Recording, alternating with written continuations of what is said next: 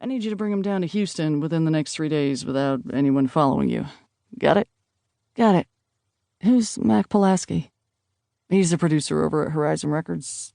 He saw something he wasn't supposed to see, and certain people are trying to shut him up.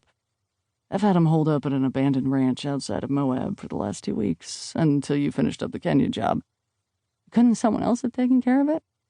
You're the best, Maggie. Besides, it didn't hurt Mack to stay on ice for a while, just until we find out who's after him. And who do you think is after him? She switched her carry-on luggage to her other hand and hurried along, her long legs keeping pace with his hurried strides. What did he see that he wasn't supposed to? Should I presume it has something to do with drugs? No one ever said you couldn't add 2 and 2 and get 4, Peter said. As for who's after him, well, we're still not sure.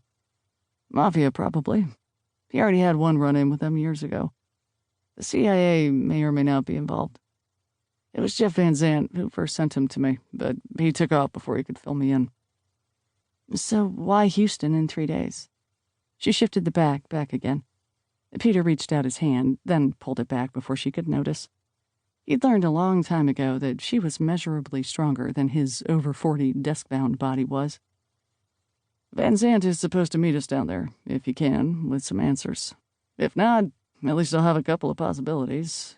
I've got a folder on Pulaski that you can read on the plane, and Mike Jackson in our Washington office is supposed to provide you with some help. New IDs, credit cards, etc. He stopped in front of a boarding gate for National Airport. Will you do it, Maggie? She laughed then, a deep, throaty chuckle that had once enchanted him.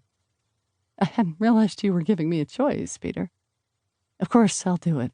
But after Houston, I'm taking a vacation. 2 weeks in the L.A. sunshine with nothing to do but tan. Okay? Okay. But if I know your family, I'd think Alaska would be more restful. You're probably right. She took the folder, the flight pass, and once more they brushed cheeks. I presume I'll find out anything I need to know in here? She flipped the folder at him. It's still pretty sketchy, but Mack will fill you in on the details. She turned to go, and he caught her arm, the professional mask dropping. Take care of yourself, Maggie. I don't know how dangerous this is. Probably a piece of cake, but there are no guarantees. I don't want to have to tell your mother and those sisters of yours that anything happened to you. Coward, she laughed, giving him a politely affectionate hug. Just for your sake, I'll stay in one piece. She slept the short hour to Washington, picked up the paraphernalia from the faithful Jackson, and didn't get a chance to crack the material till she was flying over Middle America in the dead of night.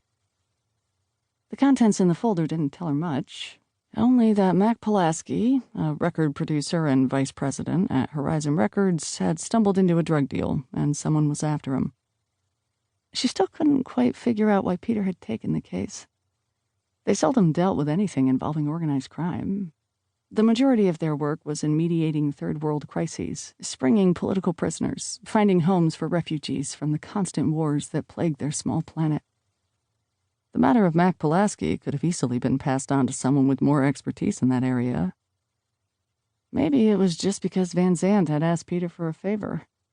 Maggie had met Jeffrey Van Zandt only twice, and she hadn't liked him. He had incredible charm, overlaying the instincts of a great white shark, and he made her own instincts cry out in protest. But Peter genuinely liked him and trusted him, and Maggie had no choice but to go along with Peter's judgment. Still, it was surprising that she was being pulled into this affair.